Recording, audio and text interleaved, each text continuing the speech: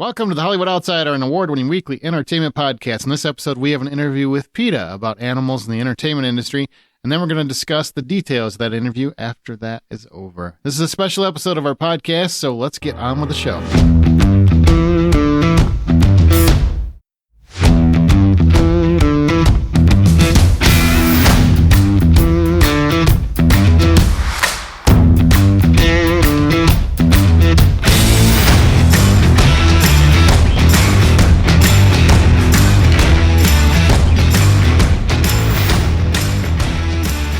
My name's Aaron Peterson. Joining me today are my fellow host, John Davenport. Oh, that feels so much better this week. Amanda Sink. Hello, hello. And Troy Heinrichs. I was supposed to do the interview, and I didn't show up, so that's why I got relegated to the back. Yep, you're lucky you got invited back. That's what I'm saying. Poor Troy was running late, so he wasn't able to participate. He was going to, though. Amanda was traveling.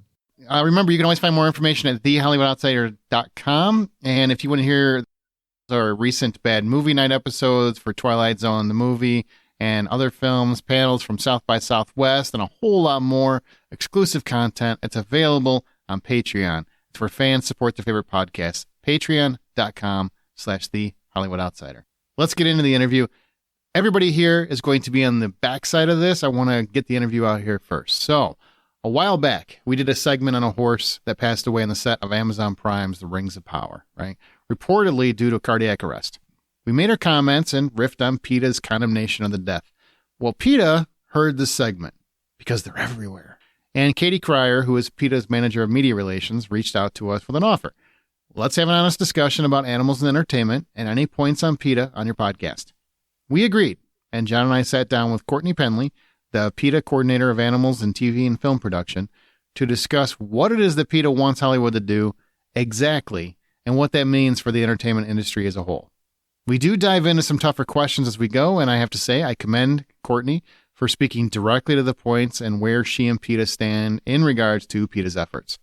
And I want to say, so you might walk into this interview with preconceived notions, right? Maybe you support PETA, maybe you detest them and are eating a steak while you listen to this in protest. I don't know.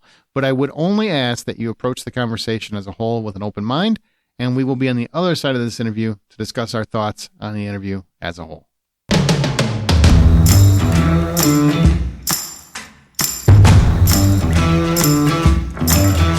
For this episode, we are talking with Courtney Penley from PETA, the organization formerly known as the People for the Ethical Treatment of Animals. We recently had a segment where we discussed a horse that died on the set of Amazon Prime's The Rings of Power, and PETA reached out to us to ask if they could come on the podcast to have a real discussion on animals and entertainment and their organization, and we said, all right, let's give it a whirl. So, Courtney, welcome aboard. Thanks so much for having me. I'm really excited to be here. Are you terrified? I'm just kidding. I am. I'm totally terrified. Don't be. Aaron's a sweetheart. I'm just me. You're both incredibly intimidating. We'll have some tough questions, but I think they're all fair. They're all fair in their stuff I'm sure you've dealt with before. I guess we should start with that specific incident, right? The horse on the series of The Rings of Power. How does PETA see that situation? With that situation, the way that we see it is we were in touch with Amazon long before the show ever went into production to ensure that they knew exactly how vulnerable horses are and how best to navigate their use for the show. And we said, do not let this show be a repeat of The Hobbit, An Unexpected Journey, where 27 animals, including 2 horses, lost their lives. We're here to help. But they were unresponsive, and now a horse is dead. Well, that just cuts right to the chase then. Yeah, it's like a totally avoidable incident.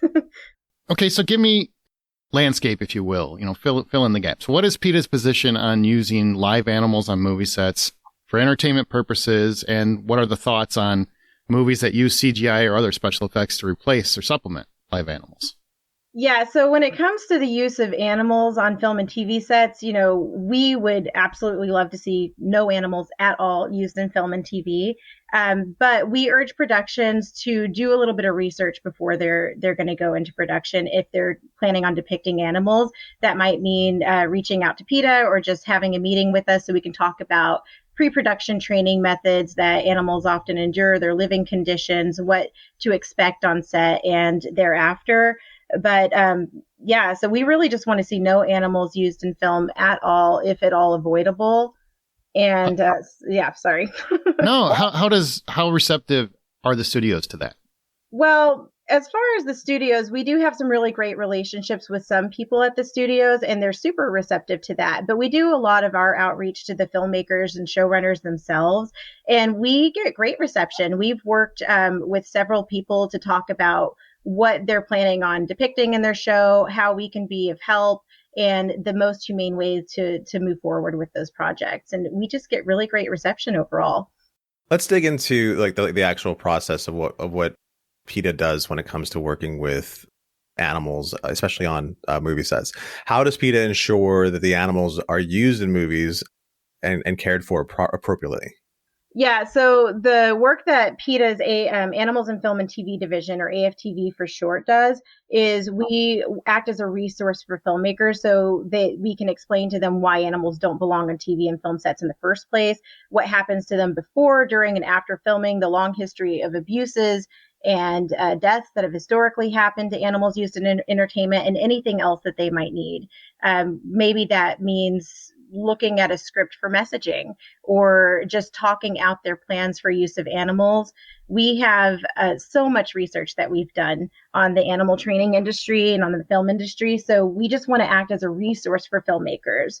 And maybe that means they come to us and they say, hey, we're planning to use animals and there's nothing you can do to stop us.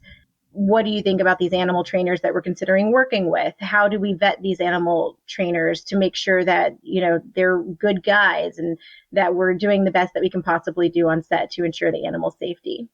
I mean, because to be fair, it is a lot more expensive to use CGI instead of an animal, right? What would you guys prefer from a PETA standpoint, that they write entertainment around so animals aren't involved in scenes? Is that kind of where you... I mean, do you believe that using physical animal actors on movie sets causes like undue stress and harm to the animals involved?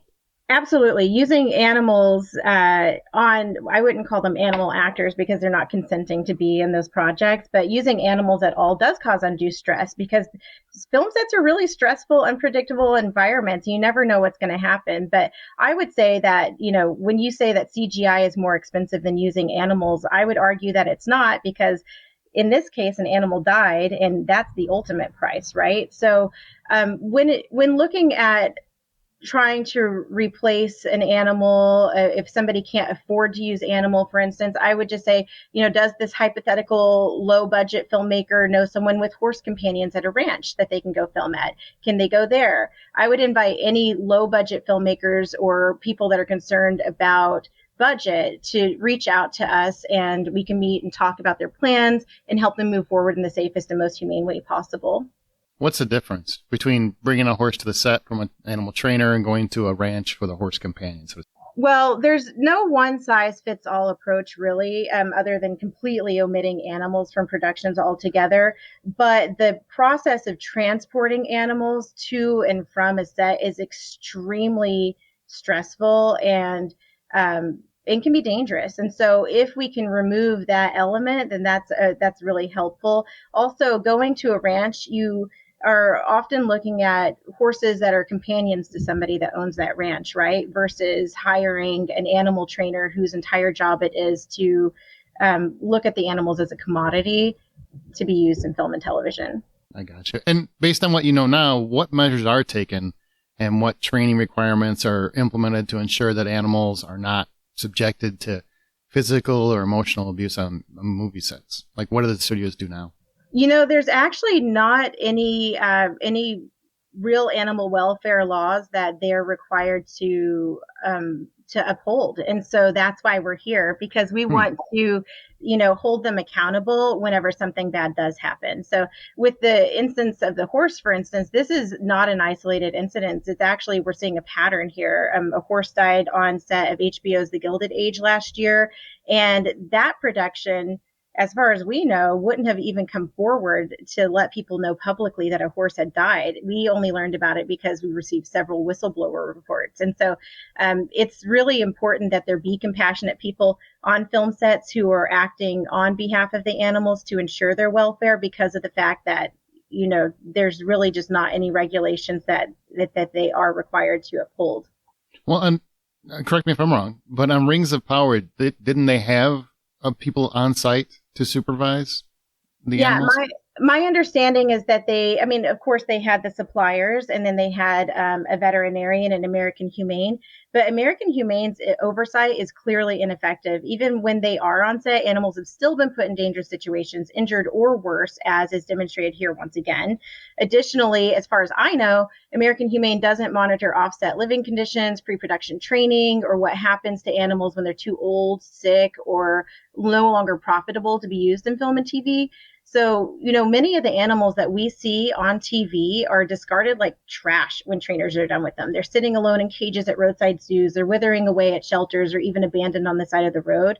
So PETA's looking at the whole picture, including what happens before and after filming, not just what's happening on set. Okay. How do you respond to the accusations that using animal actors, let's just say animals, I agree with you about the actors term. How do you respond to accusations of using animals on movie sets being cruel and exploitive? Well, are you saying that PETA's the one making those accusations? No, how do you, other people that feel that way? Yeah, other people that feel that way. Yeah, I would say that there is some truth to that, right? So even the most well-intending animal trainers cannot guarantee the safety of an animal on a set. It's just too unpredictable. However, there are a lot of bad actors out there. PETA's investigations into one notorious animal supplier found that dogs were kept in barren, pound-like kennels with concrete floors and no bedding, even as temperatures dropped into the low 40s. 2 cats were virtually starved because the trainer said they were fat, and animals were deprived of adequate veterinary care, including a pig with a skin condition. Yet these animal trainers are still working regularly on Hollywood productions. And so it's up to productions to do their due diligence, right? They can Google these productions and they can find these investigations with video evidence of the abuses that are being alleged against them, or they can just talk to PETA, because we've done a lot of research and we can help them to navigate the use of or the depiction of animals in the most humane way possible. But really, the most humane thing that they can possibly do is just completely omit the use of real animals. Okay, I have a bit of a hot take question for you. In Hollywood, we recently gone through a period in which the Me Too movement made a lot of huge changes in the production of movies and how Hollywood views actors and the treatment of their co-stars and everything down the line. It started to create a huge list of changes that should have probably hit Hollywood decades ago. Do you think there's going to be some sort of catalyst moment like that for the animal industry? And what do you think it's going to take for us to get there? I don't know if there's going to be some type of catalyst for the animal industry, though. We've definitely seen a lot of progress already, right? So you would see chimpanzees in Hollywood regularly, but thanks in large part to the work that PETA's done, you no longer see chimpanzees in movies. You see a lot of really excellent CGI instead. And we do think that the future of film, of Hollywood, of film and television, is going to be an animal-free future. However, there's a transitionary process that we're going through, just like with every other social justice movement. And so we understand that we're, in a process of trying to slowly get those animals out. And again, I'm not sure if there's going to be one big catalyst, but I would say, most likely we're going to see wild animals out of film and television first. Wild animals are just that, they're wild, and their needs can absolutely never be met on a film set. So it's never okay to use them, to force them into servitude, and to exploit them for entertainment. And I do see so many people connecting with the use of wild animals and understanding why that's wrong. And so I think that that's probably going to be the first thing that we see go. And on the subject of using wild animals and also people connecting with wild animals, we take a different view of that, where for a lot of people, the only time in their life they get the opportunity to connect with a wild animal is through movies or television, or the inspiration to decide they want to go into an industry that either protects, guides, or teaches all about wild animals is through movies and television. That spark is usually where that comes from. Aaron, can you bail me out? Isn't there an advantage to people seeing animals that are treated humanely on the screen? See, Aaron speaks me very well, so. Great job, Aaron.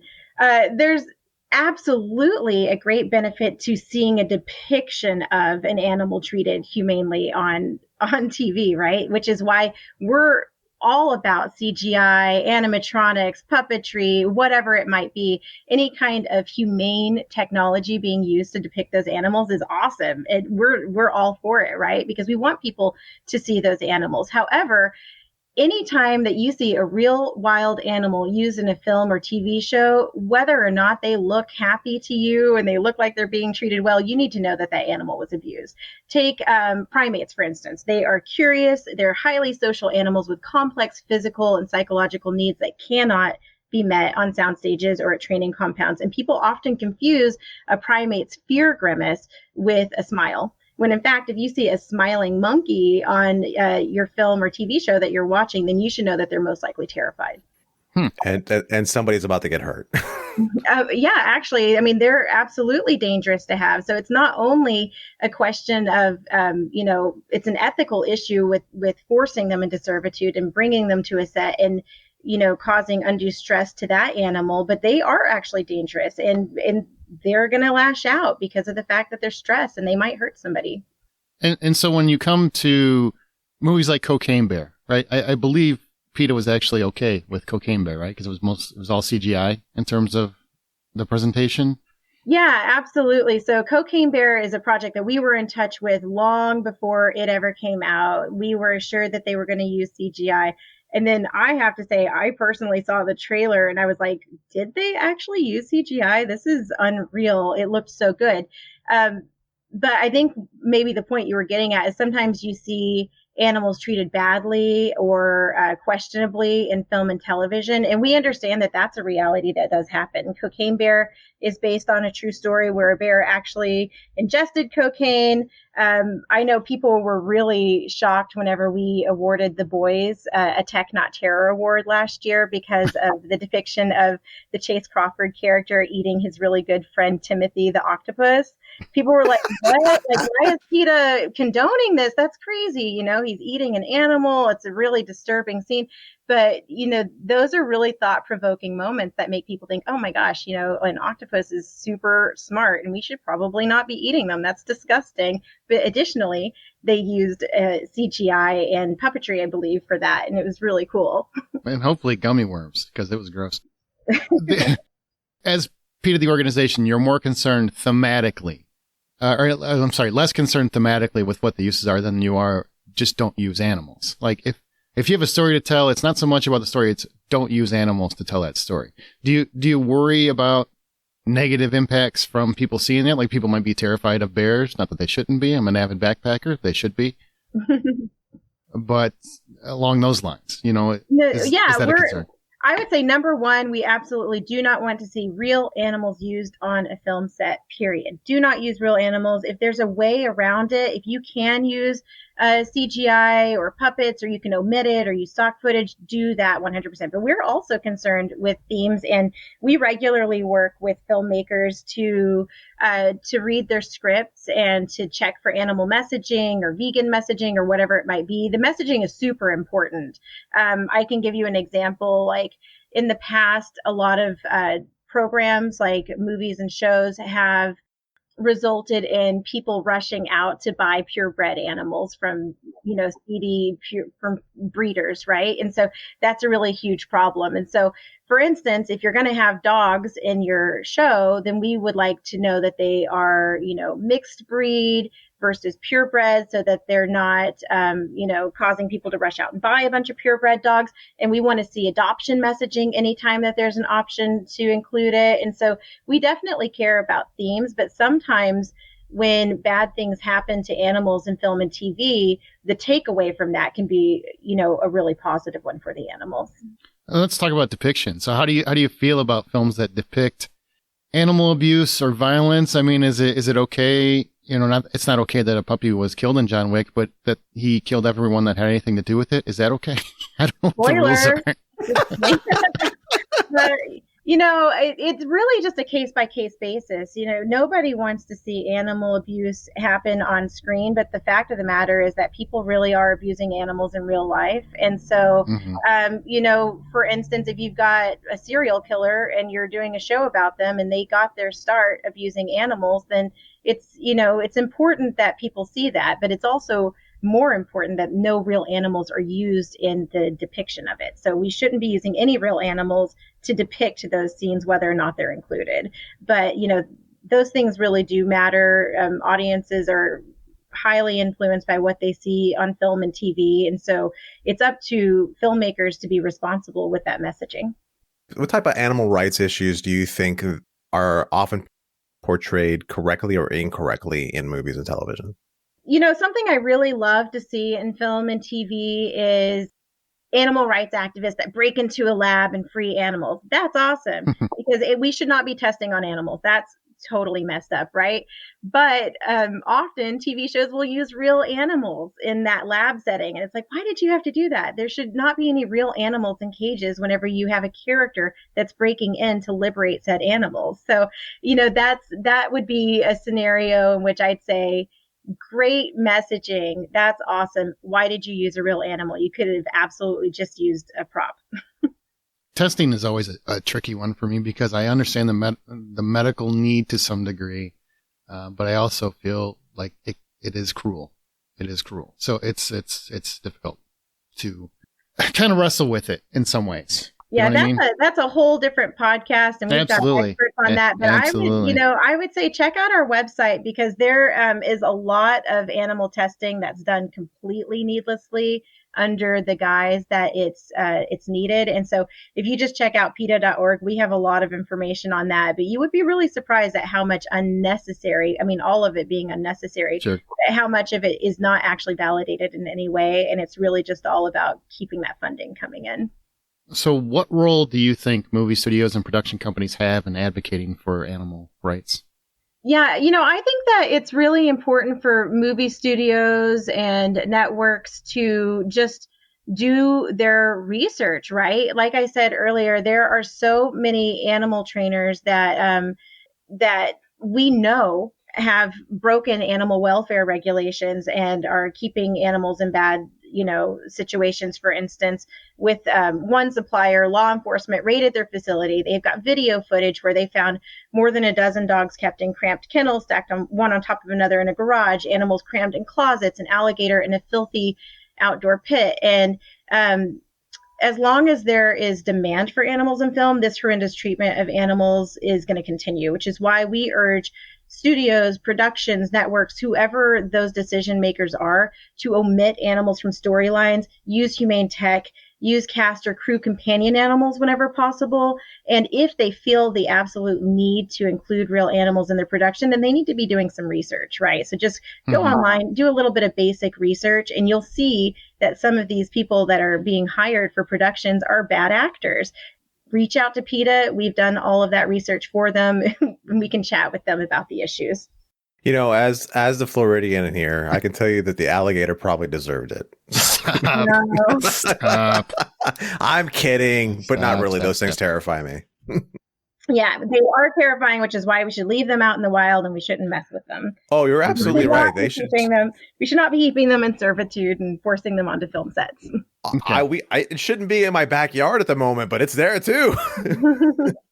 Okay, we have a few tougher questions. So are you ready?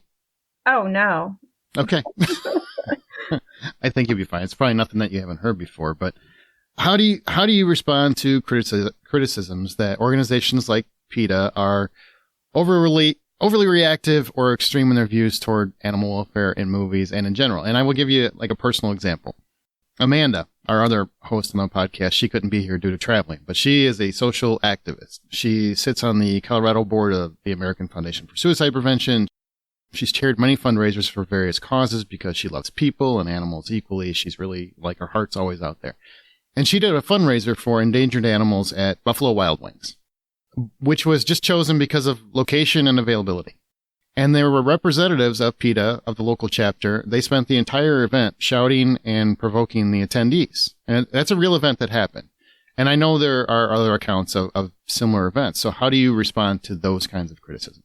Yeah, without knowing that PETA was there, I initially hear that and I'm like, why are people that defend wildlife eating at a chicken establishment? What I think is more extreme than PETA holding signs and chanting is the fact that, so many animals, so many chickens are forced into factory farms where they don't have any kind of space or autonomy. They don't ever get to breathe fresh air or touch grass. And then they're slaughtered for their meat and we're eating them. I mean, that's extreme in my view. But I would say, in the you said that PETA is highly reactive. So much of the work that we do is proactive. Most of the work that we do is in the private. We do research. I know in my division in particular that we're writing productions, we're meeting with filmmakers, and we rarely ever go to press. We rarely ever do that. However, that being said, media and, public demonstrations are incredibly useful tools for getting important messages out to the public. And if we feel that that's the best method for shining a light on injustices that animals are enduring, then that's what we're going to do. And it's unfortunate that, her organization was there defending the rights of some animals, but I would say, PETA was there defending the rights of all animals, including the animals that are being used for food at Buffalo Wild Wings. Okay. What steps does PETA take to ensure the well-being and welfare of the animals that are in their care, as there have been some reported incidents of mistreatment at PETA facilities? Oh, could you give me an example of the incident? In particular, there was a Virginia facility that was euthanizing dogs or animals that were unhealthy or actually healthy in the situation. This is off of my memory. They had no home. Yeah. No adoptable home. No adoptable home. Yeah.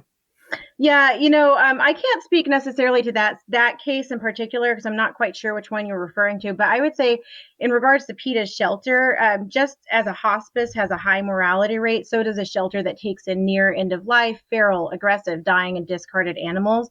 PETA takes in all animals without any discrimination, without admission fees, appointments, waiting lists, or obstacles. And so I can guarantee you that every single animal that is in the care of a PETA facility is treated with love, even those that are euthanized. They are held by somebody that's really loving and caring and supportive in their last moments. And so, I'm not quite sure exactly what the scenario you're talking about is, but yeah, I would just argue that, we have a high mortality rate because of that really hard work that we do to support the community in Virginia. Okay, well, let me spin it. This is something that I can speak to. There are some things I agree completely with PETA on, like completely. I'm very big on an advocacy for all animals. And others, I would argue, just like any large organization, there's a bit of hypocrisy on it. And just hear me out. So, for instance, my kids were never taken to a zoo by me. I refused. I would never take them because I just think it's cruel to go and watch animals in cages that we've basically just plucked out of existence from their homes for our entertainment, right? Mm-hmm. I can't support those endeavors. I never can. On the flip side, I do not condone euthanasia of healthy animals that pose no immediate threat simply because they don't have an adoptable home. I believe those animals should be set free. They can fend for themselves, take their chance in the world as we all do. What is PETA's policy of euthanasia on animals in their care, and how is that decision made? And do you understand where I'm coming from? I mean, to me, that's a hypocrisy that we would euthanize animals that are healthy that just don't have an adoptable home. I absolutely understand what you're saying. And I think what you're saying is you're an advocate for the no-kill movement. And so, animals are individuals, each with their own needs and often heartbreaking stories. But the no-kill movement has reduced them to numbers at a grave cost to their welfare and their safety. They are able to call themselves no-kill by turning away animals that are in need, refusing to provide euthanasia service to those that can't afford to have their animals euthanized at veterinary pricey clinics, charging unreasonable admission fees, forcing people to sit on waiting lists for months, and even giving animals away for free without screening prospective adopters to make sure that they are going to take really good care of those animals. There are terrible policies that are in place that cause enormous suffering. When you say leave the animals to the street and let them fend for themselves because they're healthy, it makes me think immediately of cats and how short their lifespan is when they're outdoors, how extremely hard that they have it. They're prone to being attacked by other animals or by people. And when you have a cat outdoors, that cat is, directly affecting the wild bird population. So it's the issue is that we have an overpopulation crisis, and it's not one that we can adopt our way out of. And the only solution sometimes is to provide euthanasia services. But really what we need to be doing in the first place is making sure that all of our animals are spayed and neutered, and that people are not allowed to go to stores to buy animals from breeders. But wouldn't it, and I'm just being completely honest, isn't that a bit hypocritical when, there are caretakers that are taking care of animals? Let's say, I'm sure there are wonderful caretakers of animals on Hollywood sets and other places that are giving them a home, they're feeding them and everything else. Isn't that better than putting animals down? I know it's a tricky question. I think that those are two completely unrelated issues, right? But I would say in regard to those good actors, those really well-intended animal trainers that are taking in animals and using them for productions, again, it's a case-by-case basis. So we really want to encourage productions to vet their trainers. They can visit their location to see firsthand where those animals live and to ask about pre-production training methods. Do they live in a home with their trainer? Do they sleep in a crate or a cage? If they're in a cold garage with no love, no companionship, then I don't know that that is better than them being euthanized at a clinic. As long as that trainer is treating them like a member of the family, they're using positive reinforcement, that's great. But even with that being said, and that animal having a home to go home to at night where they are cared for, film sets are unpredictable, and even the most well-intending person cannot, guarantee the safety of an animal on set because they're really highly unpredictable. I mean, if you've ever walked a dog and they've spotted a squirrel, then the animals are unpredictable and we can't always foresee what's going to happen. Yeah, and I just want to clarify, I am not part of the no-kill movement. I say just let them be free. That's just where I am. I'm not part of any movement. That's way too much work. Yeah, unfortunately, a lot of domestic animals really do rely on humans to take care of them. And so it's hard to set them free and let them fend for themselves, especially when people are driving cars and there are other out there fending for themselves. Yeah, a stray cat's like equal to a tiny ecological disaster for certain areas. Once you put a stray cat out there, it's a problem for almost every single creature that's smaller than it in the area. That's why I'm a dog person. Yeah, and I can tell I am a volunteer for PETA's 24-hour animal emergency hotline. So I've seen firsthand some of the horrors that these animals that are left to fend for themselves on the street are encountering. And I would challenge you just to volunteer for that for a weekend, and then you might change your mind about leaving them out there to fend for themselves. I might do that. I think it's important to challenge my views, for sure.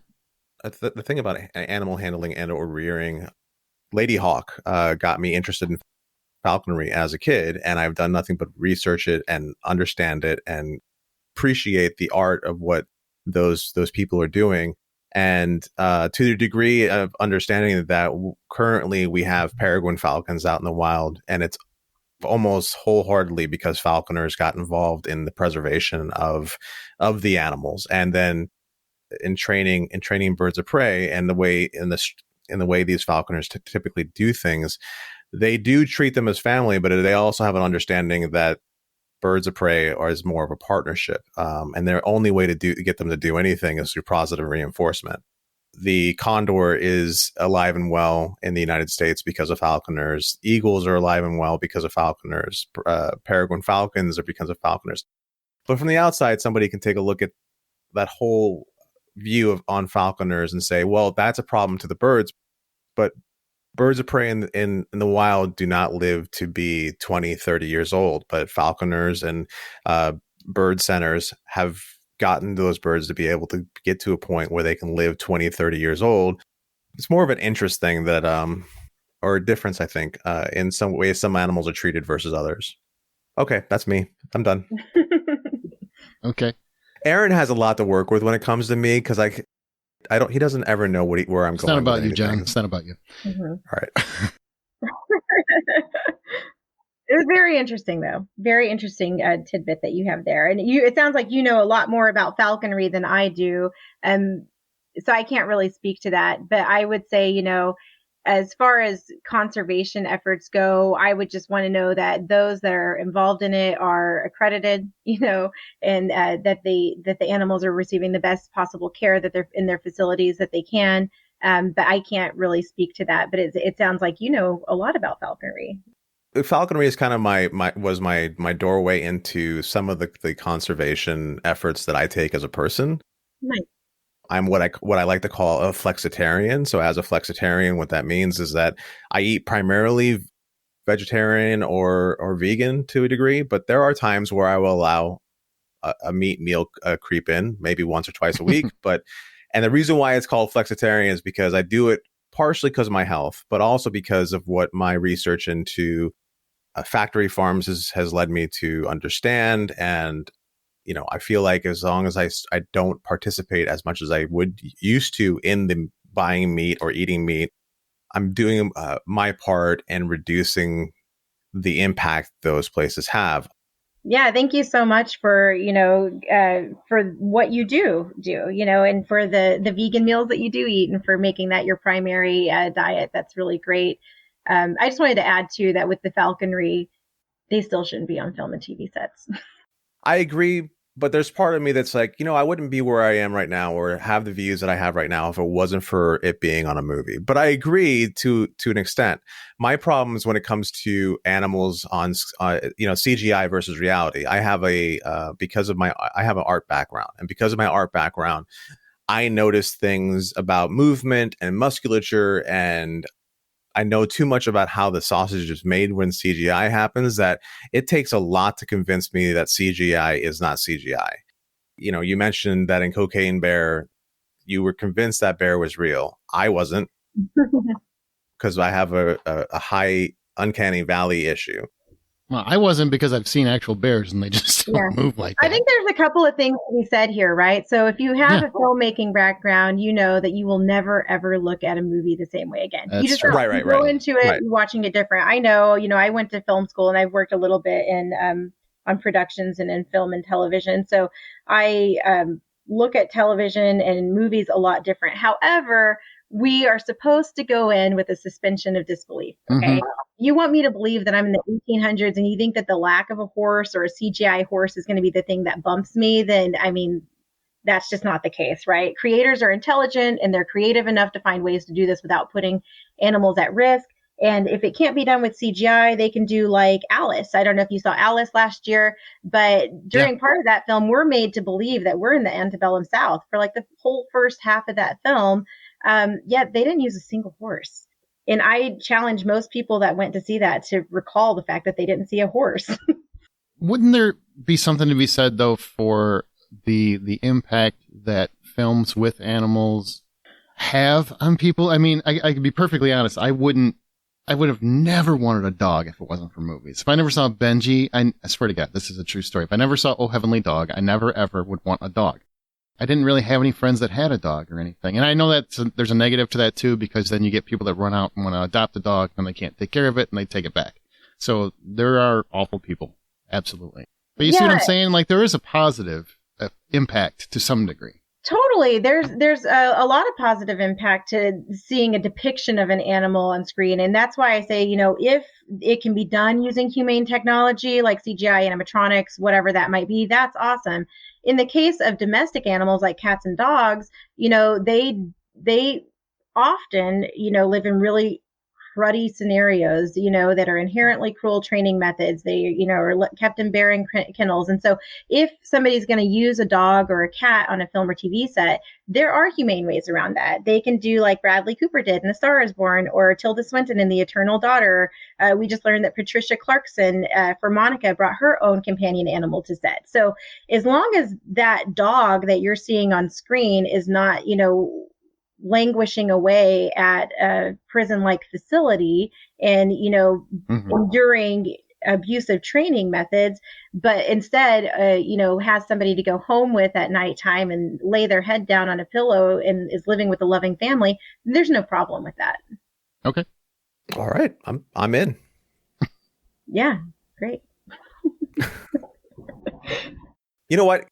Aaron and I came in with this whole grilling portion of it. Now Not it's really time grilling. Those are honest questions. Yeah, be nice and cut out anything where I don't sound informed. I'm just kidding.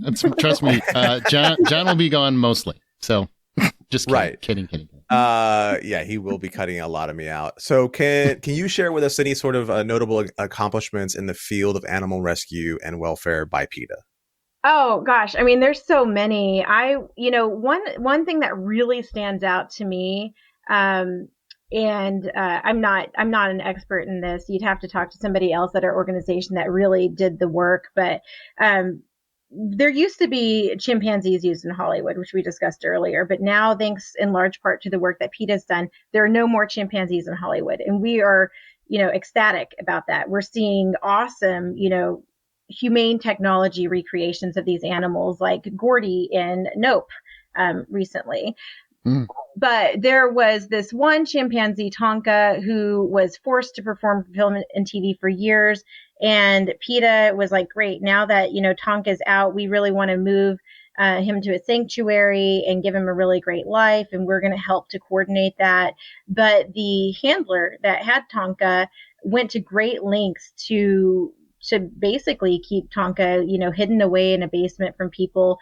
They went so far as to have their husband lie under oath at a court saying that he euthanized this animal and that cremated the animal and that they were no longer alive. But we just didn't believe it. PETA, was really hitting hard with the press. We had rewards out there, and it came to light that Tonka was still actually alive. And we coordinated moving Tonka from that prison-like basement cell that they were in to a sanctuary, which is really exciting.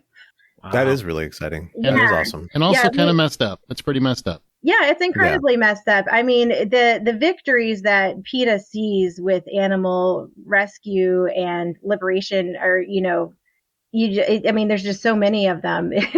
One that's happening right now that I'm really excited about, I don't know if you've been following, you probably have, John, because you're in Florida, is Lolita, who's been, wasting away in a tiny tank at this aquarium in Miami for the past 50 years, is finally on her way home. And so we're just so excited to, be a part of that and to be witnessing this journey as, all of the work is being done to move Lolita to a seaside sanctuary.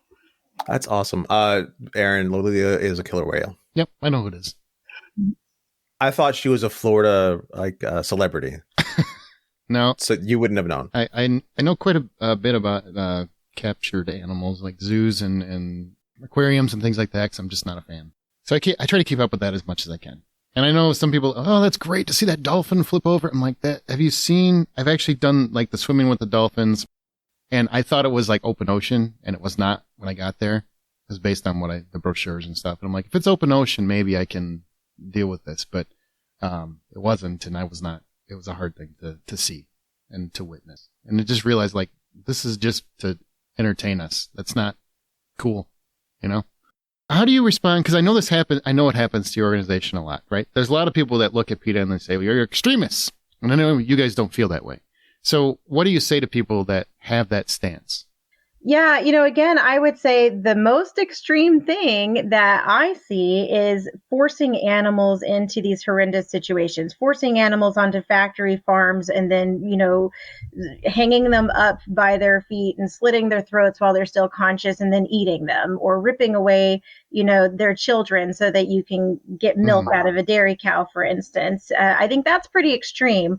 I think, this pipeline of primates that are being kidnapped from the jungle and then forced into laboratories to be tested on is pretty darn extreme. And the same with taking wild animals away from their natural environments and using abusive training methods to make them act in a film or a TV show. That's pretty extreme.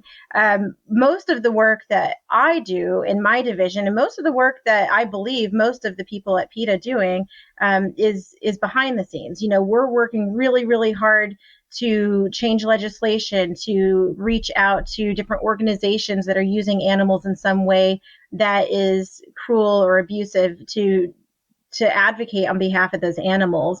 And that's not very extreme. That's it's behind the scenes, and sometimes we do get media coverage, and sometimes we have demonstrations, and you might see it as extreme, but how else are you going to know about those issues, right? Why are we here talking about this today? We're here talking about this today because you saw our response to a horse dying on set. Yep, that's true. Of a TV show. And you might not ever know about some of these training, pre-production training methods that they use, for instance, if we weren't talking today and if we hadn't gone to press. That's a fair point. This conversation has been great. I've learned a lot from it. I've really appreciated your time for sure. One final question. What steps can individuals take to support animal welfare in the film industry? Individuals. So if you are, whether you're a filmmaker or whether you're an audience member, we're urging everyone to recognize that animals don't belong on set. Then filmmakers should stop using them in their productions. There are alternatives, and we invite filmmakers, writers, and anyone in the industry to use PETA as a resource for information and alternatives to using real animals. We also want anybody that's on a film set that's compassionate and sees something questionable happening with an animal, if they see a wild animal, to call us. We take whistleblowers' anonymity very seriously, so they can call us at 323-210-2233 to report any kind of abusive scenarios that they see, or anything just strange, any kind of animals on set that they're concerned about. And as far as the viewing public, audiences can not watch shows that use real animals, especially wild animals. Just don't watch it, and if you're not going to watch it, make sure that you let the producers know why you're not watching it. Go to the network or the filmmaker's website and say, hey, I'm not going to watch this because I saw that you have a real wild animal in it. Or they can even contact us again at 323-210-2233. They can go to PETA.org/report, and they can let us know what they're seeing that's questionable, and then we'll check into it. Excellent. Well, thank you for doing this, Courtney. I really, really do appreciate it. Yeah, thank you so much. I had a lot of fun chatting with you guys. And thank you for taking the harder questions.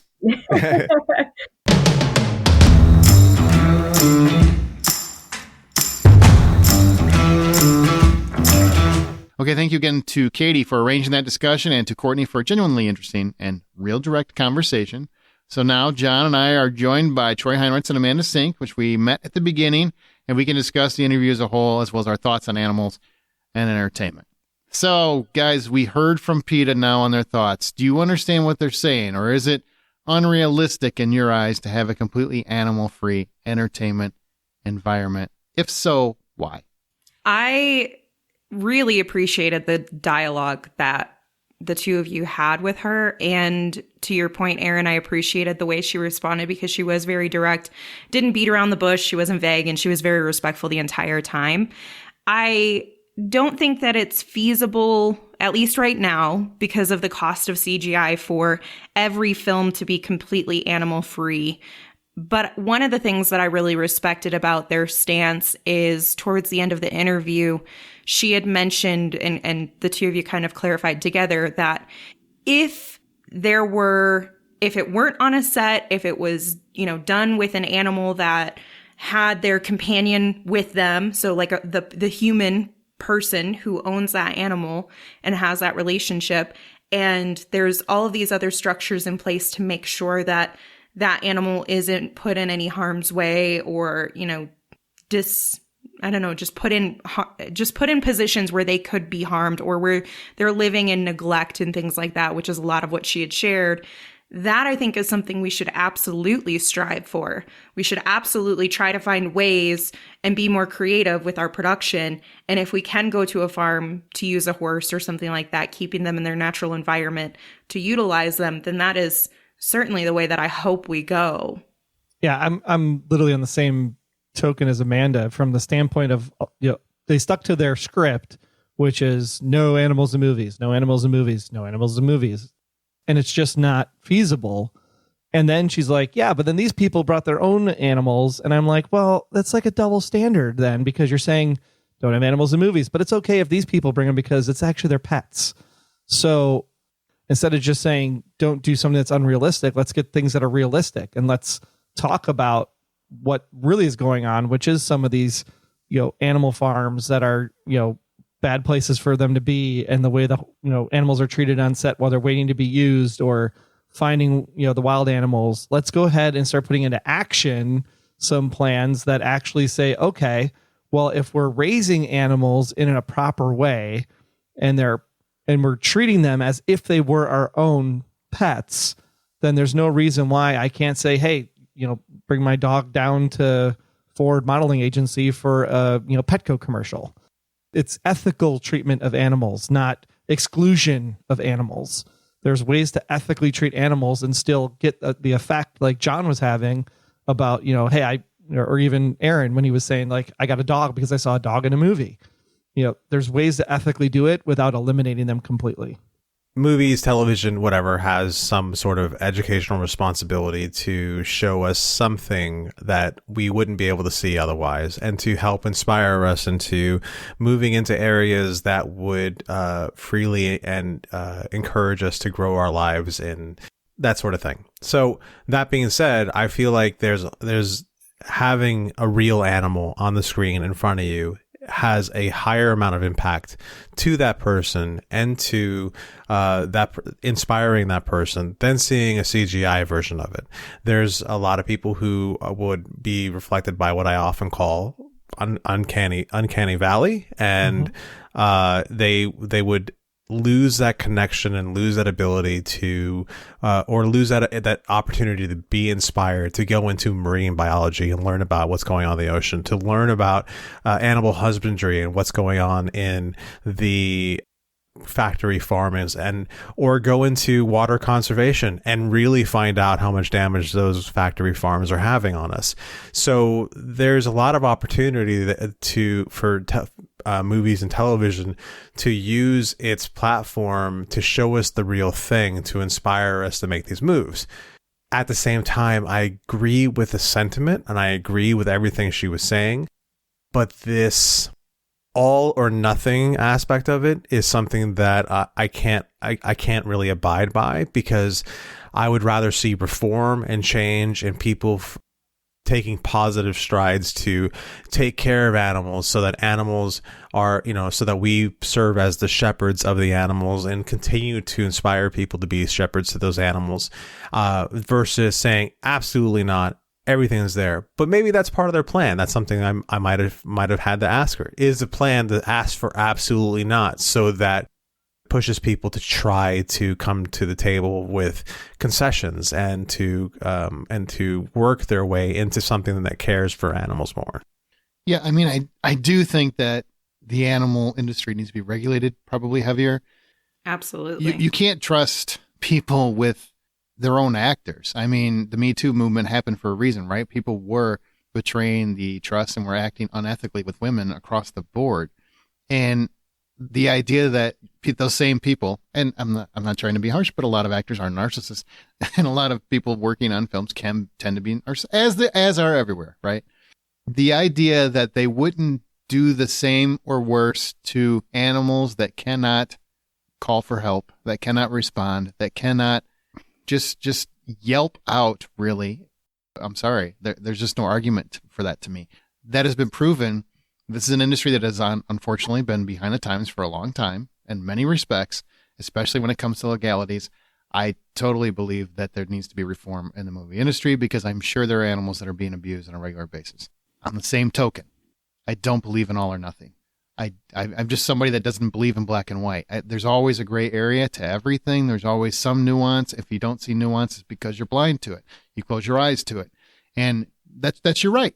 But on the same token, I pointed out what I feel is hypocrisy from the organization themselves. And I'll talk more about the euthanization in a bit.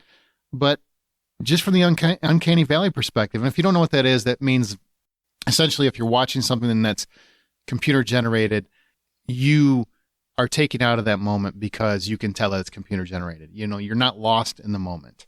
And it's very rare that something hits it pitch perfect, but that's what obviously computer animators were striving to achieve. Well, I was trying to picture someone petting a CGI puppy or riding a CGI horse, and I've seen it, and it, granted, I have years of film study and film criticism and film watching.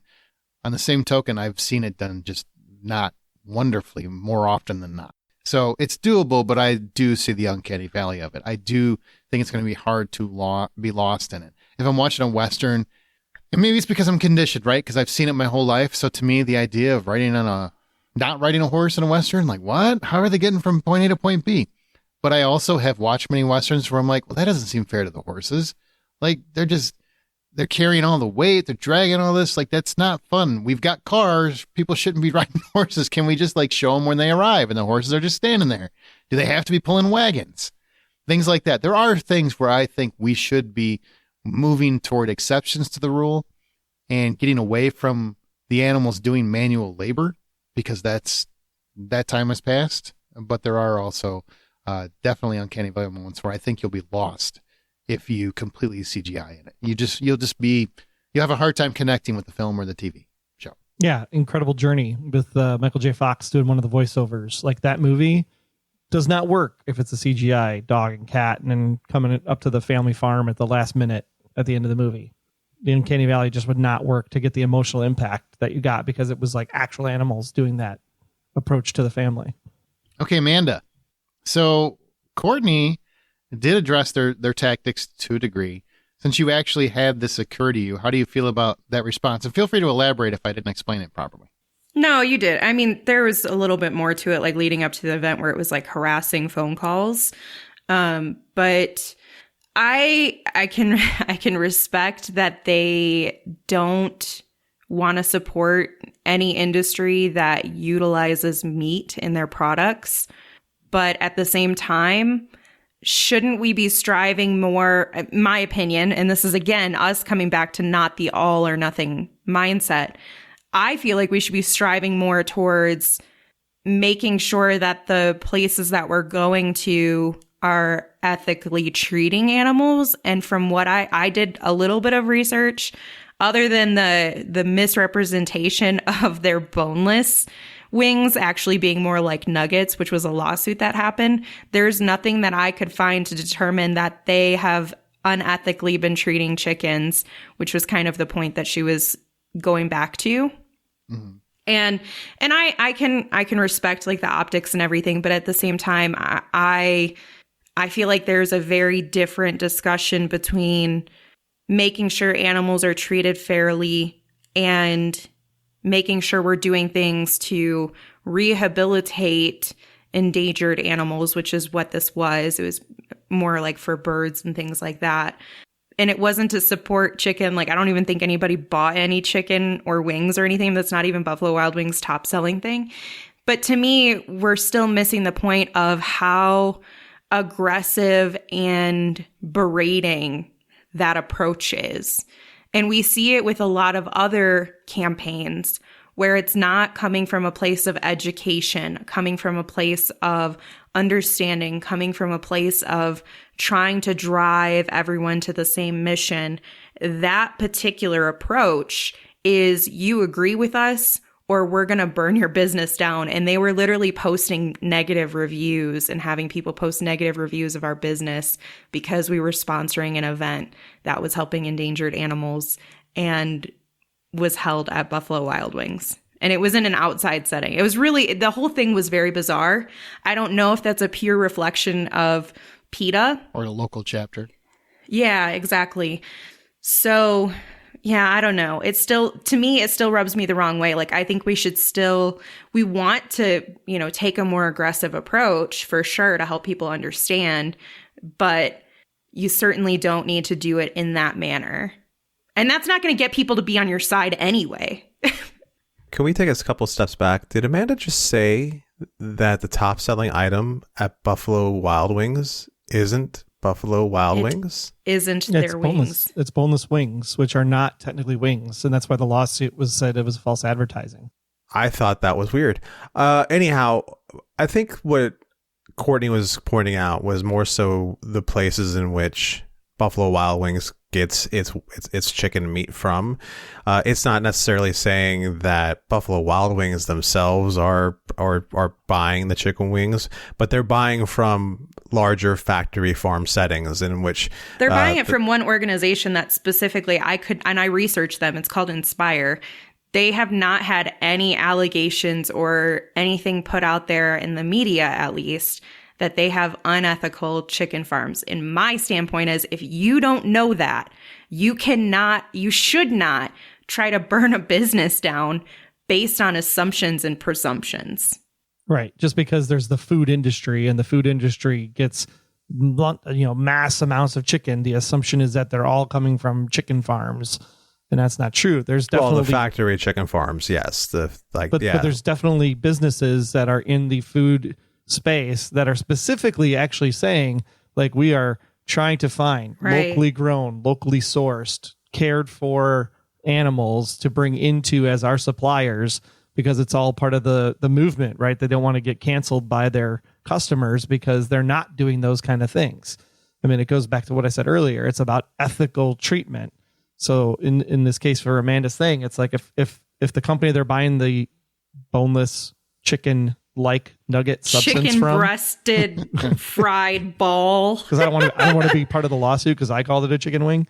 But if there's nothing there that says that they're actually buying it from a place that, the chickens are, I watched Food Inc., right? The chickens, they're so fat, they can't stand on their legs. Right. 100% totally behind, going after those people, shutting that down, on board with the PETA stance on it.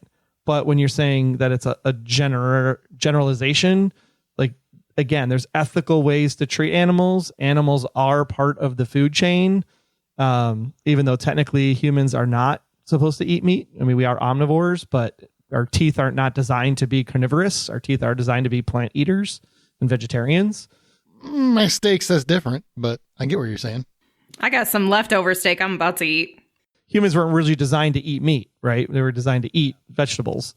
You can tell by the fact that meat kills us on a pretty regular basis. I'm not even talking about the cancer side of it. I'm talking about the fact that meat is responsible that's where we get our cholesterol from. And humans are not designed to process cholesterol. And that's why it builds up in some of us more than others, because some of us are a little bit more resistant to it, but a lot of us, it's a problem for a lot of us. And the whole reason why we are as meat dependent is because... And deep fried everything. Yeah. It's not just... it is, dude. I've researched the shit out of it. It is not just meat. It is also... No, it's just meat. No, it's not just meat. It is just... If you're eating deep fried meat, because there's meat in it, then yes. Or if there's a meat product in it, then yes. That's where the cholesterol is coming from. There's vegetable oil. There's lots of oil that are fried, and oil does affect cholesterol. Which is why people are switching out the oils, but that's not animals. So we can move on from that. I mean, coconut oil raises cholesterol levels. Like, it's not just meat. That's all I'm saying. We eat deep fried everything. You can't. I know that you're a whatever you are, flexitarian or whatever you call yourself, and that's fine. I'm not knocking it. There's vegetarians. I respect that analogy, but you can't just say it's all meat. It's not all meat. It's also oil. You can Google away. You're going to see oil. I'm working on it. Have fun. Anyhow, aside from the top, we kind of got derailed because of the chicken conversation. Because I'm getting attacked for liking meat. But I mean, it was part of the interview. I think they have an actual point that I think they do have a point. Yes, they do. There are definitely things that are bad. There are bad handlers in movie sets. There's bad farms that produce food. Those are the things that should be talked about.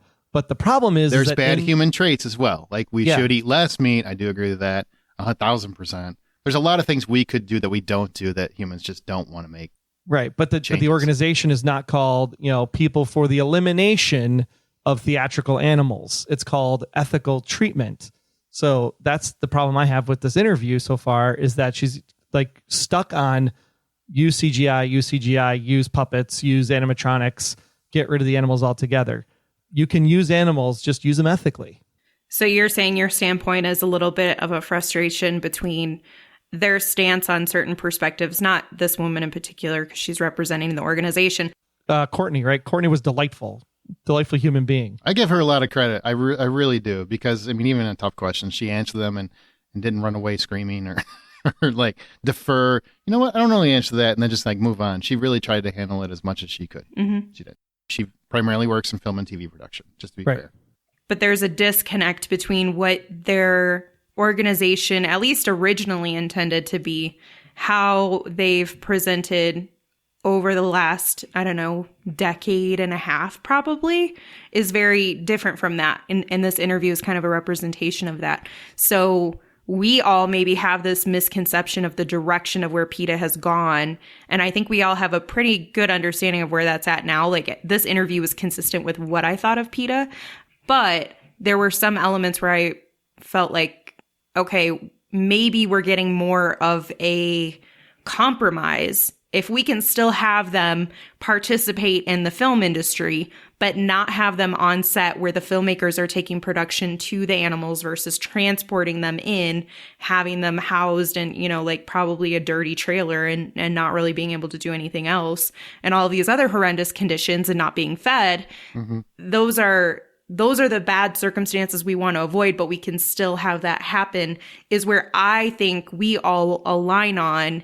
And I think it's about PETA's messaging transforming. Like, I think they would have much more impact if they transformed their brand and messaging from absolutely can't eat any meat, absolutely can't have animals participate in any of this whatsoever, and have it where it's more just ethically managed. But I do respect the perspective of like animals not being able to provide consent. Something to consider. Dogs and cats don't provide consent either. When you take them to your house and you train them, 100%. they are not giving consent either. They don't necessarily want to live in your home. That's why they run away, and people will do everything they can to keep them on a leash and keep them to that. That's an adoptive home is also a prison. Like, that's a fair statement. Yeah, it's really no different than a zoo at the end of the day. So all the animals in TV production and everything else, that's all basically captivity, right? Our homes, they're homes. Just varying levels. It's varying levels of captivity. Now, what we can do is definitely improve those circumstances. I mean, make sure that they are taken care of, that they have comfortable surroundings, that it's not just about what happens on set, that it's also about what happens, like you were saying, Amanda, when they get back to wherever they live, to make sure those quarters and those areas are taken care of and are as safe and humane as possible. Because I just don't agree that it should be zero. I don't think everything needs to be a zero-sum game. That's an opinion, but... And maybe I'll go on my rant here, and then we can come back to like specific animals that affected us in the movies and stuff. Because the thing that really bothered me was when Courtney was saying like, yeah, well, these people, and they transport them, and the transportation is so stressful. Yeah, I have 2 dogs. I have to take them to the vet. They don't want to go to the doctor, but it's an ethical thing to do, to take them to the doctor to get their shots so that they're not sick and dying, and get regular physical checkups. We do that as human beings. But yeah, when they're in the crate in the backseat of the car driving for 25 minutes, they're freaking stressed out as all kinds of get out. But at the same time, I'm also giving them treats. I'm also giving them a bath. I'm also cutting their nails. I'm also making sure that they're like comfortable when they get home and they have the space that they can sleep and rest and recover from that stressful situation. So I'm ethically transporting them the best that I can. It's not to say that all transportation is unethical, right? Mm-hmm. I mean, we're going to have pets. It's just the way humans are wired. We've taken the fox and some version of the fox and domesticated it into a dog over years. And now we have dog and we have cats, right? And we keep them on a leash because they've been so domesticated that they can't go out into the wild anymore, as Aaron suggested, because if they go out in the wild, they're going to be food and fodder for whatever else is out there, like coyotes and bears and whatnot, because they don't know how to fend for themselves anymore because they've been domesticated. So that's why we keep them on a leash, because they wouldn't survive. So it's ethically to keep them on a leash because we're protecting them from imminent death if they were to be released. Yeah, at this point. And then the last point is, this ties into the euthanasia later probably, but I work for a dog rescue, and where I'm not necessarily part of the no-kill movement, which was talked about on the interview. Mm-hmm. Like we take dogs from no-kill or from kill shelters, bring them in, even if they have no homes, even if they are non-adoptable, and we give them a home. And then it sometimes drains the accounts of these rescue organizations because we don't have enough funding coming into those rescue organizations to do that ethical work. Therefore, an organization like PETA should be helping to raise money to support organizations like the rescue that I work for, so that we can make sure that they're not killed for no reason because they're not adoptable or because there isn't enough people bringing them in. Could you imagine if we killed foster kids and homeless people? Yeah, exactly. That's exactly what I was thinking this entire interview. I was like, humans are also animals. Let's just replace horse with person, and it suddenly automatically changes. No, it should be exactly the same treatment. You know, we're treating actors a certain way. We're making them get up at 5 a.m. to do crazy ass stunts and short skirts and high heels, and it's 40 degrees outside. Like, the humans are being treated just as poorly as the animals are. So let's just not use humans and just do everything CGI in the movies and just make animation, and Aaron will never watch a thing ever again. That's true. I will have nothing to watch. It will suck. I mean, there has to be an understanding of what ethical means. And if you're doing everything you can possibly do for the right intentions, the good intentions, to make sure that everybody feels safe and secure. And I think the biggest thing is education. Like, you can say no animals in the movies. Well, then let's educate the people and spend the money on the things that we need to do, and not spend the money on posters and signs and go stand outside of a Buffalo Wild Wings where nothing's going to happen because they're still going to go buy from the supplier the next day. You know, we need to go and educate the suppliers, and we need to educate the people that are in the purchase streams, and we need to educate the trainers and the handlers. And if people treat these animals like they treat their pets, there would be ethical treatment of animals, and they could be used on movie sets and television shows and commercials. Can't teach human decency. Real quick, the ASPCA has a really good position. I think that aligns with what we're talking about, and not to derail and talk about another organization, but they have on their website that they are not categorically opposed to the use of animal quote unquote actors in movies, television, theater, advertising, etc., provided that they are acquired, trained, transported, housed, and in every way handled humanely with facilities and care appropriate to each species. Hell yeah, I'm on board with that. 100%. Okay, so Amanda, we heard from Troy, so your turn. We'll just keep it in line in terms of anything you want to talk about specifically from the interview you heard. Yeah, we talked a little bit about some of the things that kind of stood out to me, but I think there's also I'll save the euthanasia because I know that that's going to be a really big topic too that you're passionate about. Mm-hmm. Yes. But I guess what I took away from it, like something that I found interesting with it, is that and I know she's media, so she has all of her statements very prepared, but a lot of what I heard at times seemed to contradict itself in other times. And so to me, that means possibly that PETA needs to evaluate what their full stance is and why they have their stance on certain things. Part of me wonders if they go for this all or nothing mindset as like an overachievement, because then if we underperform to their expectations, we're at least getting some improvement. So I don't know what you guys think about that, if that has any sort of bearing. What's the statement? I can't achieve perfection, but if I strive for perfection, I can achieve excellence. Yeah, exactly. I want to be fair as I can to Courtney. On the same token, I mean, some of the questions we asked are probably out of her purview for what she typically would deal with. So I think she handled them as well as she could. Yeah, it's no reflection of her at all. Yeah, I mean, there was definitely times where she was like I don't have the backstory on that or the information on that, so I can't answer that question. Absolutely. Some people are going to listen to that and go like, that's fair because she doesn't have the information. Some people are going to listen to that and go, she's dodging the question, but she didn't want to answer. Yeah, I don't think she was dodging, and I did not get that from her in any respect. No, I didn't get that from her either. Some humans are going to be like, oh, she's totally dodging, and other people. Well, there's people listening that are already like against PETA before they start. I put out there that I was interviewing PETA, and there was a lot of I hate PETA conversation, and I'm just like, why? And I would ask, like, genuinely, why do you? Well, because they do this, and I look it up, and I'm like, no, they didn't. Like, I don't know what you're mad about. Don't get me wrong. I'm not saying that there aren't examples. Amanda shared one, or I shared one of Amanda's. On the same token, I mean, if you think about it, she's right. The whole reason we're even having this conversation, we had this podcast, we had that interview, is because they made us think about the horse that died on Amazon Prime. So she's right. Mm-hmm. That part is right. And it's important to know that sometimes, and I hate to say it, but in this world where there's continuous media that goes nonstop, sometimes the only way you hear anything is if you make a large noise. And it's just the world we live in. And it's not great, it's not wonderful, but sometimes it gets the job done. And it brings awareness to your particular cause. It doesn't mean that I agree with them on everything, but I do have a greater appreciation for what they do after the interview. I will say that. Yeah, me too. I think the elements of being able to train and educate and even their willingness to talk with some of our more independent filmmakers who she said, if you don't have a budget for CGI, contact us so we can try to coordinate with you what that looks like for you to do things in the most ethical and humane way. And that, I think, is a side of PETA that doesn't really get a lot of visibility. There's more focus on the vegetarian side of, with the meat and the foods that we eat versus the proper care of animals in all circumstances.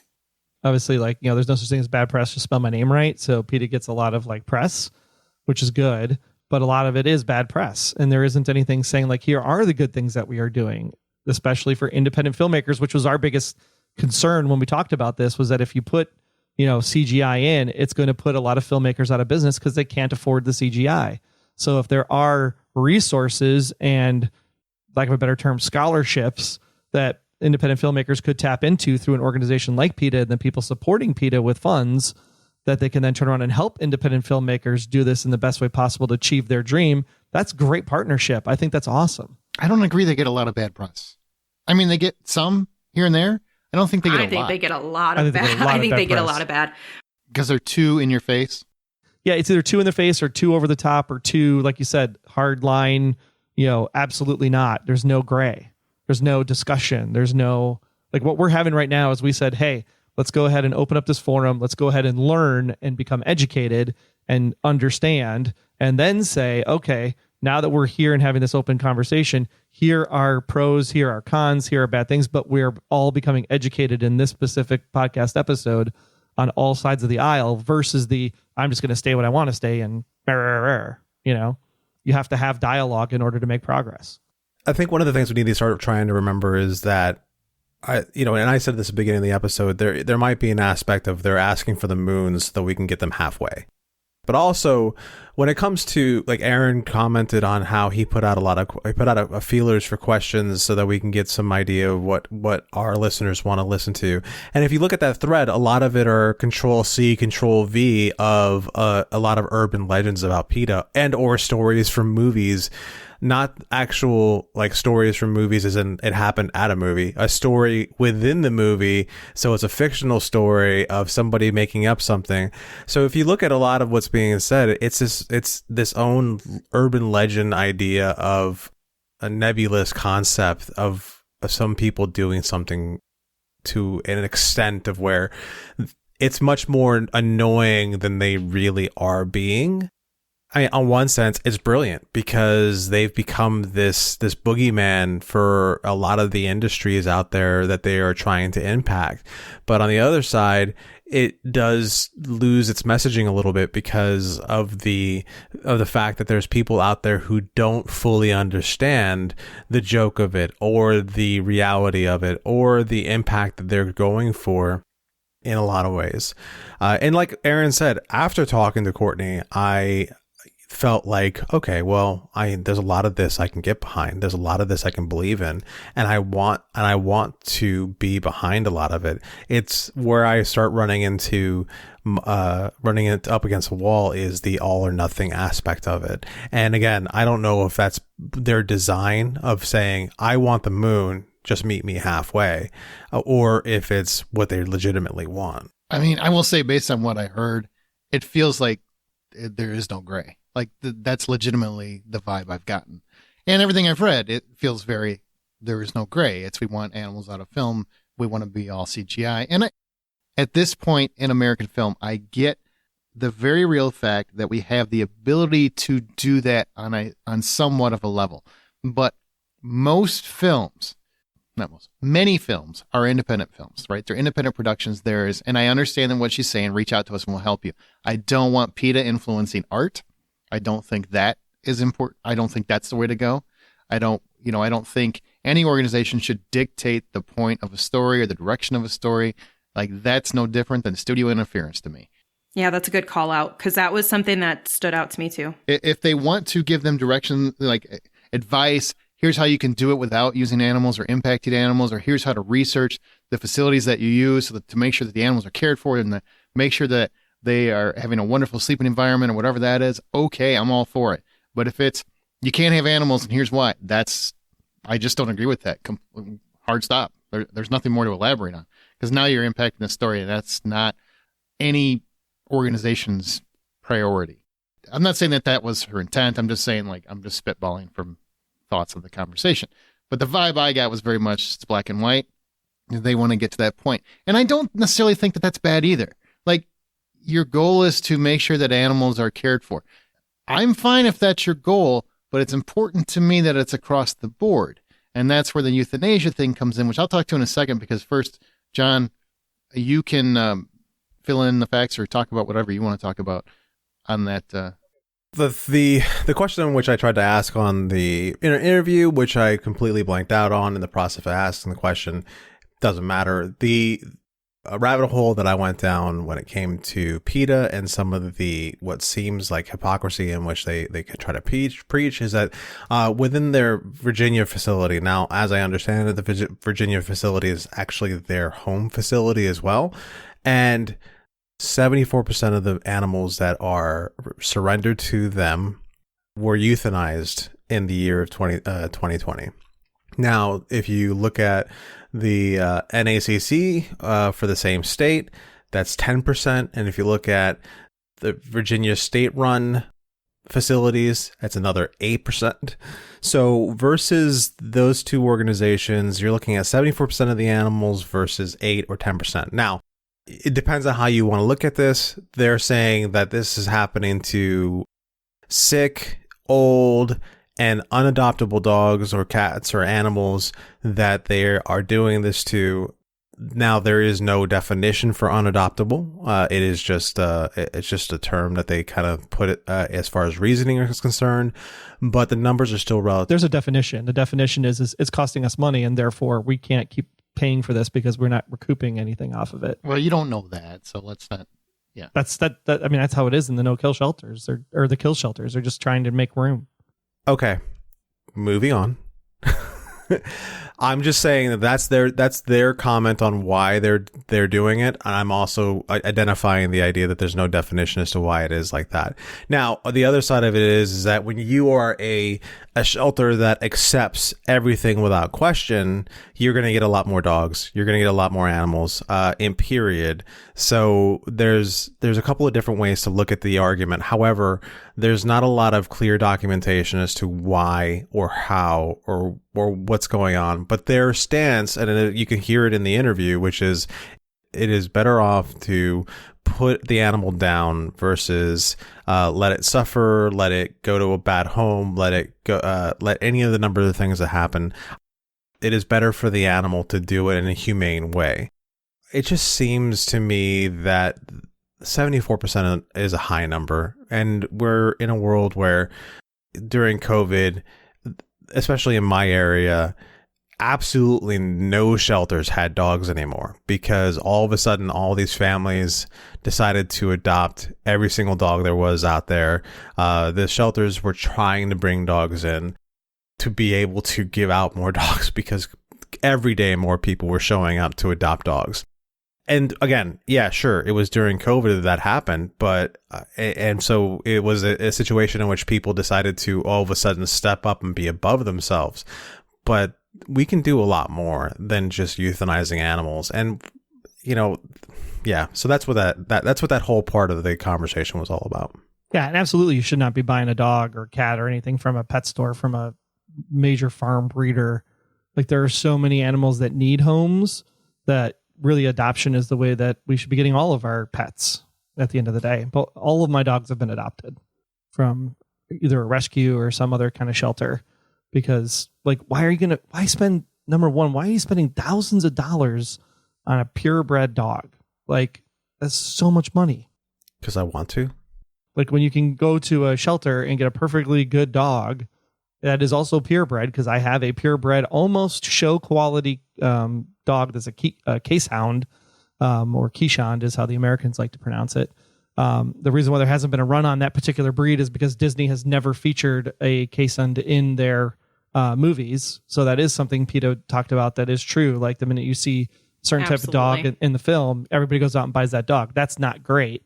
But at the same time, it's a matter of trying to understand that there's just so many animals out there that we don't need to farm produce more animals. Like we have to do what Courtney was saying. Like the spayed and neutered is definitely the thing that we need to be focused on. That's why Bob Barker said it for as many years as he did and as many days as he did at the end of The Price is Right. We need to control the population. I mean, even now, like you think of deer. I was riding my bike, in the city, right? We're in the suburbs, but I'm in the suburbs and there's deer everywhere, like coming up in the backyards of people, because it's overpopulated with animals. And sometimes you have to do certain things in order to control those populations. Yeah, I don't know. I mean, I've never really been a big fan of hunting and everything, but I have heard about that being, ways to control populations and everything. I also, one thing that I've kind of been trying to determine myself is I've heard a lot about, I've always heard from adoption places that your rescue places that you should spay and neuter your animal like immediately. Like they should always be spay and neutered. And a lot of those rescue places will automatically do it. Like you don't get a choice in it. But I've also been reading and hearing that it's beneficial for puppies to go a period of time in their life, like as they're developing before that happens. And I get the idea of limiting that because you don't want overpopulation, but how is that any different than like forced circumcisions and stuff? Well, like the span of time they're talking about is it's like 2 years. No, it's less than that. Depending on the dog itself, but like female dogs, they should have at least one heat in them before you get them spayed. I'm pretty sure it's like 4 to 6 months, but that's... Well, you guys have little dogs. Yeah. I have big dogs. Here's what we should do. Larger ones. We're not vets. We shouldn't talk to this. Period. I'm looking at AKC right now, though. Yeah, because I remember my vet telling me to do it before the first heat. So we should just leave it. But I do want to segue to euthanasia, right? Because we did talk about that. And I want to give her the benefit of the doubt. That's not her specialty. That's not what she's focused on. So it's, Courtney can only speak to what she knew about it, right? I've always done research on this. It's a very personal topic to me. I still feel the same. Now, granted, I haven't done the PETA Center like she recommended, and I probably should do that. I probably honestly should do that just to hear the stories. But for me, this is just my personal opinion. I cannot take seriously the argument for euthanizing a healthy, unthreatening animal simply for population control. Amanda, she made, I'm sure it was a flippant comment or whatever, but foster kids and homeless people. Well, homeless people specifically, what's the difference? You know what I mean? Seriously. It's an animal versus a human. I get that. But on the same token, a life is a life, right? That's what we're making the argument about. What's the difference? So to me, I will say that argument that is being made, whoever makes it, is no different than the case for testing on animals to save humans. It's all about what's best for people and not what's best for animals. That's my problem with it. Now, I think PETA does some good. I truly, truly do. I genuinely believe that. But on this issue, to me, it's complete hypocrisy to me. These animals are kept in cages of sorts while waiting for suitable homes, right? While PETA themselves says that is bad for an animal. And then euthanize animals that cannot find a home. So do we euthanize the homeless? I don't think so. I think that would probably be very cruel by most people's standards. So absolutely not. And of course, that's an extreme statement. But so is justifying the murder of thousands of animals rather than give them a chance to fend for themselves. Will they die? Possibly. But that's their life. I've seen plenty of parents where I don't know where their kids are going to end up, and God knows they could go sideways. I don't know. We even use the term feral children. Yes, feral children. It's their life, is it not? So do we get to cherry pick when it's appropriate to care about an animal's life? Because that's all I hear with that argument. And it's nothing against Courtney. It's nothing against PETA. It's nothing against any. It's just when any organization or person makes that statement and feels very strongly about it, I would make the case we're choosing people over animals at that point, and you can't tell me any different because there's no case that sounds any different to me. You're making the choice where you just said we shouldn't make that choice, but you are making that choice in that moment. I'm going to play devil's advocate real quick, even though I like to eat meat. That's the exact same argument, though, for being vegan and vegetarian. I should say vegetarian, not necessarily vegan. But that's 100% the argument. We as people like to consume those products that we are incredibly used to, that we are reliant on. But we know that there are alternatives where we could get the sufficient nutrients that we need, that we get from meat, but we choose our preferences over those animals' lives. Like, to be fair, sure, to play devil's advocate, that's the exact same. Call me a hypocrite. It's the exact same argument. I will eat meat. On the same token, it doesn't take away PETA's hypocrisy. Food chain. I would make that argument. On the same token, plants are alive. You're killing plants. I mean, you can really make that case because it's true. So, if you're killing plants, you're technically taking out things that produce oxygen that humans need to breathe. There's always a case to be made. To me, just putting an animal down, though, for no reason other than we couldn't find you a home is a different argument to me than we're making food for the planet. Yep. Now, I'm not saying killing is not great either way, but now if you get an animal in and the animal clearly has like cancer or 2 legs missing and just doesn't have the unhealthy quality of life, or threatened animal. I mean, I get that. I totally understand. I had a dog for 8 months that I got from the rescue that we worked for, adopted. 7 months, dog was perfectly fine.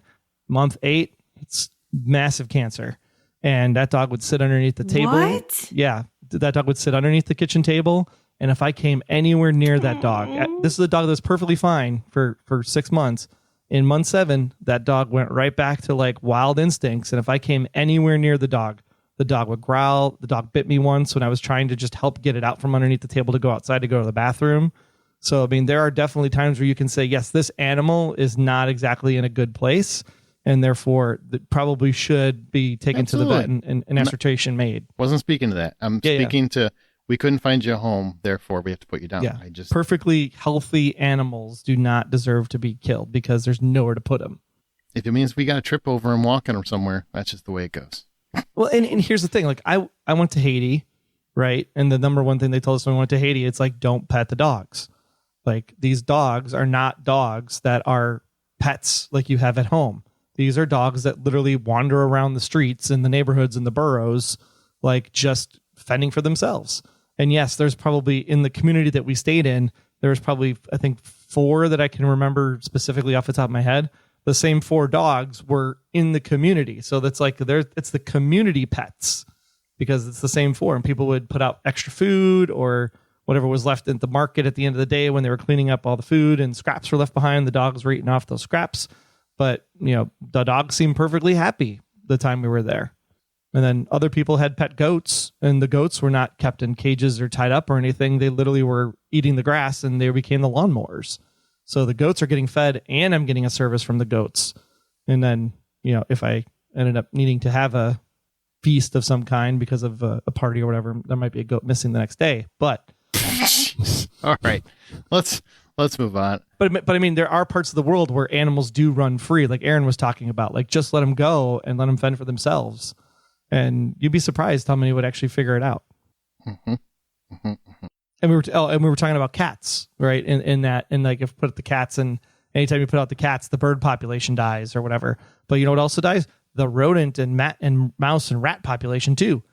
You know, it's not that we're saying that cats killing birds and cats killing mice, and all of a sudden we got a bird and mouse problem shortage or whatever. It's because it's called the food chain. It's called, there's a natural order of predator and prey, and that's just what's happening. The cats are doing the thing that they're supposed to be doing. Something else will get the cats. Something bigger. Yeah. Can anybody else like kind of sidetrack from the serious part? Yeah, let's get out of it. I could not stop laughing because Courtney doesn't know Aaron. When she brought up cats as an analogy for like trying to help him come to the conclusion of like, join us, understand that we don't want to do this to these animals and we should be kind to them and all that stuff. And she brought up cats, and I was like, This is not how you sell it. That won me back to the argument. Really. I was like, I know. Right? Aaron's like, people for the ethical treatment of animals except cats. Yeah. Yeah, truly. If there is a PETA but cats, I would join that. Yeah. He just doesn't like mean cats. I don't like cats and mean, nice. I just don't like any of them. Yeah. Well, they're most of them are pretty mean. They just look or at at least you have a mean side. like that girl in high school that I wanted to take to prom, but she was so mean. So mean. Yeah. Or guy, whatever you're into. Or non-binary. Yeah. All right. So, last question. Have there been animals in film or TV that impacted you specifically? Let's end on a high note. So, I will say I talked about Benji, also Lassie, Flipper. I mean, I would still argue that my love for animals is directly related to the animals themselves as they were depicted on TV and film. I mean that wholeheartedly. That's true. Oh, Heavenly Dog is really, I fell in love with Benji. I needed a mutt. And my disdain for cats is directly related to actual cats. It actually has nothing to do with film or television.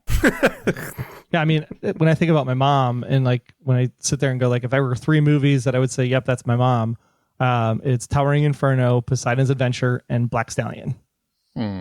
So like that, you have that moment of connecting with this majestic black horse, and you like that makes you think of your mom. And it's like, well, if that would have been a computer generated thing back in whatever it was, 1980s when Black Stallion came out, like it would have looked like garbage. Well, especially in 1980, it would look like Tron. Yeah.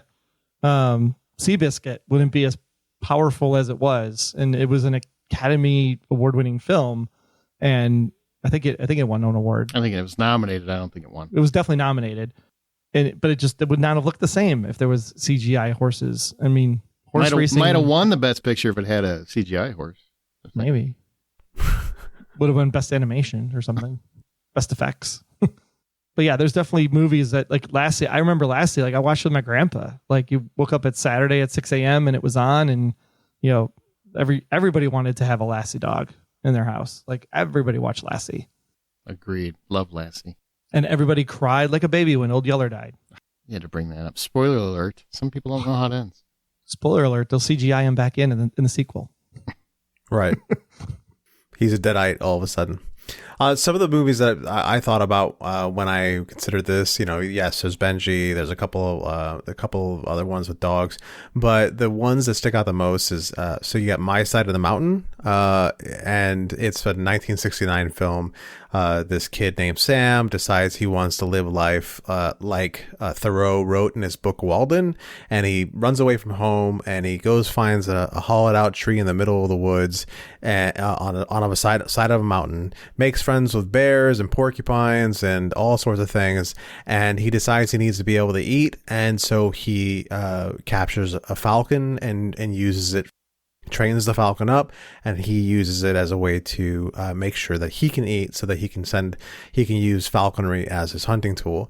Also, I mentioned in the interview, but there's Isabeau from Lady Hawk. I just love that aspect of the whole story of Lady Hawk, and that hawk itself only just recently passed, I want to say in the last 10 to 15 years.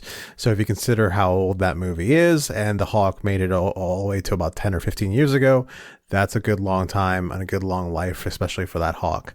So yeah, those are the movies that I can think of.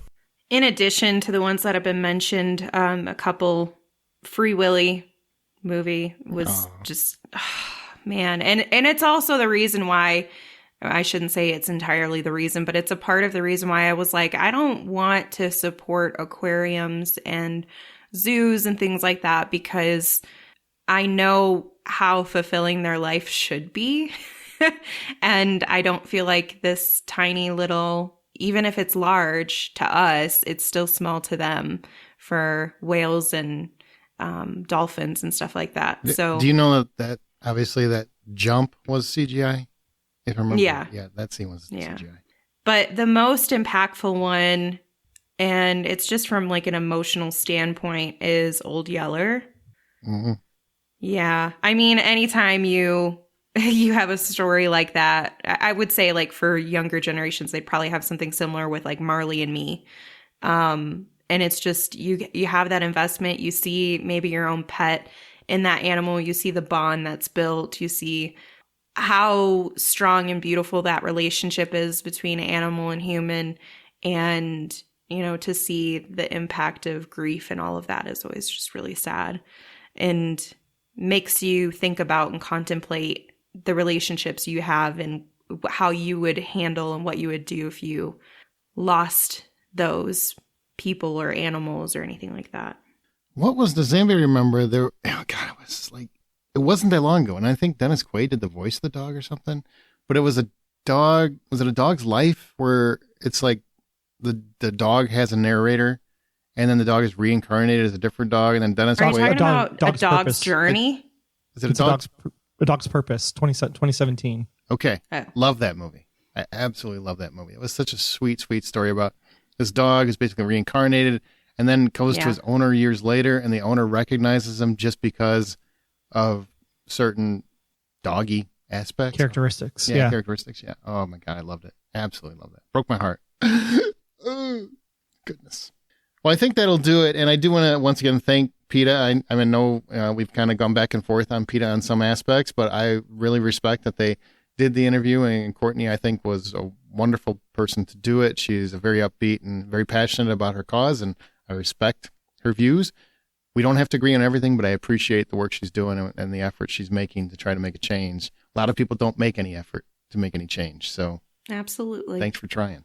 And we'll see what differences we make. I really hope we can get some change in Hollywood. And I hope, much like the Me Too movement, John alluded to that in the interview. Like, I hope there is a moment where it really gets shooken up and people have to always think of the animals and where they're going home to and what happens when they leave the set, as opposed to just when they're there.